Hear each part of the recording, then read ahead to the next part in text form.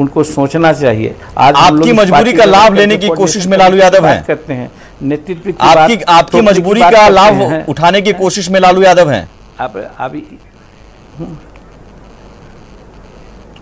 कर ही रहे हैं ना, कर ही रहे हैं, उसमें कोई दुमत नहीं है। इसीलिए हम कह रहे हैं कि आपकी कौन सी मजबूरी है? नीतीश कुमार के साथ आप रहे हैं, आज जा सकते हैं। अब देखिए, संभावनाओं का खेल शुरू से हम कह रहे हैं, लेकिन आज जो कल तक आपने अल्टीमेटम भी दिया है, क्या पता परसों आप नीतीश कुमार के साथ तस्वीर में दिखें। प्रकार की बातें हाँ, अब ये सब आप लोग अपनी बात कहते रहिए। अब बहुत सी बातें हैं, बहुत सी घटनाक्रम है। अल्टीमेटम कल तक दिया है ना आपने? कोई भी तुरंत डिसीजन नहीं लिया जाता है, बहुत सोच समझ के दिया जाता है। अल्टीमेटम तो आज 4 बार दे चुके हैं, ये चौथा बार है।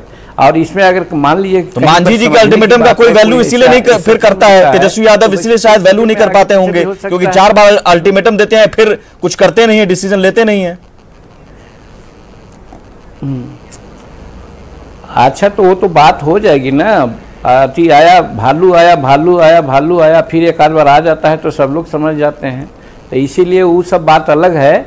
हम लोग यही समझ रहे हैं कि शायद रास्ता पर आ जाएं, चूंकि ये सामाजिक न्याय के लोग रहे हैं, काम किए हैं। नीतीश कुमार रास्ते पर है कि लोगों को जुबान उन्होंने दी है। और आज अगर भाजपा अगर भाजपा से लड़ने की बात अगर होगी तो जिस मजबूती से ये फ्रंट मांझी जी नीतीश कुमार रास्ते पर है ना, शायद और नीतीश कुमार रास्ते पर है, वो मजबूत है, हम लोग इनके साथ हैं। अब आप भरवेटम कोई बात क्यों पूछते हैं? इसके पहले तो हम नीतीश कुमार जी के बारे में बोल ही दिया है, उसी को आप रिकास्ट कर दीजिएगा। लालू मजबूत या नीतीश मजबूत, जल्दी से आप लोग भी थोड़ा सा रखिए। अब दोनों अपने अपने जगह पर हैं, दोनों अपने अपने जगह पर काम कर रहे हैं। अजय आलोक जी, लगता है कि शायद वो काम नहीं, मांझी जी का स्वागत करने के लिए आपको तैयार रहना होगा, जैसा कि उनके संकेत हैं। स्वागत करेंगे? देखिए, संकेतों पे राजनीति नहीं चलती है। मांझी जी तो हमारे ही थे, पार्टी का सर्वोच्च जो स्थान हो सकता है वो नीतीश जी ने इनको दिया, इनको मुख्यमंत्री नॉमिनेट किया। अब तो ये इनकी इच्छा हुई ना कि ये कहीं और चले गए, तब हम क्या कर सकते हैं? ये तो हमारी गलती नहीं है। तो फिर मैं बताता हूं, देखिए कांग्रेस को बीच में क्यों आना पड़ा? मांझी जी और एक नेता प्रदेश का, या मांझी जी आपके लिए क्या वैल्यू रखते हैं, और लालू यादव क्यों फायदा उठाना चाहते हैं मांझी जी का, जैसा कि मांझी जी ने कहा? कांग्रेस के नजर में जीतन राम मांझी जी राज्य के प्रमुख नेता हैं और मुझे भरोसा है कि वो गठबंधन के साथ बने रहेंगे। मैं आ रहा हूं, आपको एक बात कहना चाहता हूं, जो जेडीयू के हमारे साथी बता रहे हैं, यह चुनाव होगा पिछले 5 साल में नीतीश और बीजेपी की सरकार ने क्या किया। उस 5 साल में 20 महीने कांग्रेस और आरजेडी नीतीश कुमार मिलकर सरकार चलाई। मैंडेट बिहार का बीजेपी के खिलाफ मिला था। तो ये अवसरवादी राजनीति क्यों की गई कि नीतीश जी गठबंधन को छोड़ के फिर भाजपा से हाथ मिला लिए, जिसके बारे में उन्होंने कहा था बड़का झूठा पार्टी है, मिट्टी में मिल जाऊंगा, भाजपा से दोबारा हाथ नहीं मिलाऊंगा। तो नीतीश कुमार जी की विश्वसनीयता जो पॉलिटिकली खंडित हो चुकी है, उन्हें बताना पड़ेगा कि मुजफ्फरपुर शेल्टर होम क्यों हुआ। उन्हें बताना पड़ेगा कि 30 लाख मजदूर प्रवासी बिहार आए, वो पलायन की सबसे बड़ी समस्या है। 15 साल में चीफ मिनिस्टर रहकर आपने रोजगार सृजन नहीं किया। आपको इन बातों का जवाब देना पड़ेगा। जवाब देना पड़ेगा कि आप ही के नीति आयोग के एसडीजी इंडेक्स ने कहा कि बिहार की स्वास्थ्य सेवा और बिहार की शिक्षा व्यवस्था ध्वस्त हो चुकी है। इस पर जवाब देना पड़ेगा। बिहार में अपराध, इस पर जवाब देना पड़ेगा। एजेंडा ये 5 साल है, 15-20 साल पहले की सरकार एजेंडा नहीं है कि 20 साल पहले क्या हुआ। लालू प्रसाद के शासन का मूल्यांकन 2005 में हो चुका है। इसी सरकार लोगों को डराने का काम छोड़े, आरजेडी के शासन का भय दिखाना छोड़िए। जवाब सुनिएगा पड़ेगा कि नीतीश कुमार जी ने आपने कौन सा काम किया, जवाब को बिहार क्यों नहीं? अरे तो जवाब सुनिए ना। आप कोटा से छात्रों को जवाब ले लेते हैं, प्रेमचंद जी जवाब ले लेते हैं। जवाब देना पड़ेगा, बोलिए ना। ये नॉर्मल टीवी डिबेट नहीं है। अगर जेडीयू चाहती है कि हम आरजेडी बारी-बारी से पहले की बात पर, अरे आप सुनिए तो सही।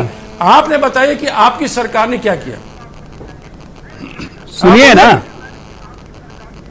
आप सुनना ही नहीं चाह रहे। बोलिए।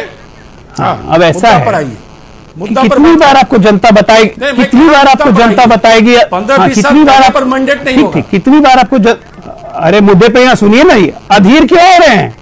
अरे अधीर क्यों हो रहे हैं? सुनिए ना बात, 15-20 साल नहीं जा रहा हूं मैं बस 6 महीने पीछे जाऊंगा। कहिए ना, कितनी बार आपको जनता बताएगी आप नहीं मानेंगे?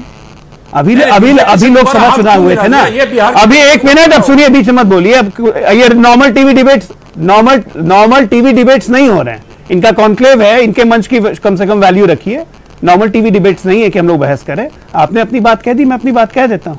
हाँ, बहस हम लोग अगले टीवी डिबेट एजेंडा पर नॉर्मल वाले में। मैं ये कह रहा हूं, अभी 8 महीने पहले लोकसभा, हाँ एजेंडा पे ही हूं, अभी 8 महीने, अभी 1 साल पहले लोकसभा चुनाव हुए थे। ये सारे एजेंडा आपने जनता के सामने रखा। बीजेपी मैंडेट का दुष्हरण, फलाना ढिमकाना, अपराध, सब आपको क्या रिजल्ट मिला? 39 आउट ऑफ 40 किसके पक्ष में? हमारे पक्ष में।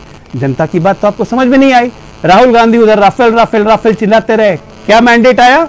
कांग्रेस आ गई 52 पे। आज फिर चीन चीन चीन आप चिल्ला रहे हैं, क्या मैंडेट आएगा नवंबर में? 0।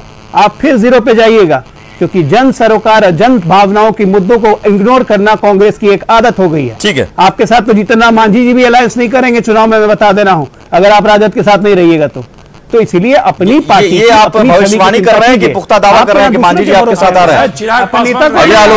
अजय आलोक मांझी जी आपके साथ आ रहे हैं? मैं पुख्ता दावा कह रहा हूं,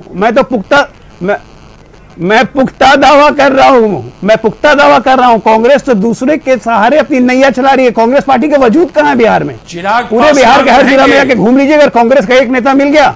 लेकिन हाँ, टीवी पे बात करने के लिए कांग्रेस के नेता जरूर आ जाएंगे। पेपर में जल्दी से मैं मांझी जी 1 सेकंड, ठीक है, जल्दी से मांझी जी, अगर एनडीए में अगर आप जाते हैं, वहां पर पहले से चिराग पासवान है, रामविलास पासवान है, 2 दलित नेता, 2 दलित चेहरे की लड़ाई तो नहीं हो जाएगी? शायद इस बात का तो डर नहीं है एनडीए में जाने के लिए?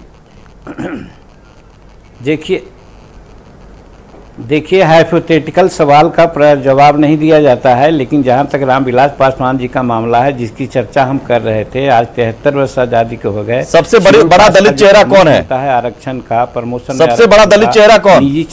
निजी क्षेत्रों में आरक्षण का, जुडिशियरी में आरक्षण का। सबसे बड़ा दलित चेहरा कौन? मांझी जी, एक्ट का जो संशोधन हुआ उसका, ये सब मानने में मान्य।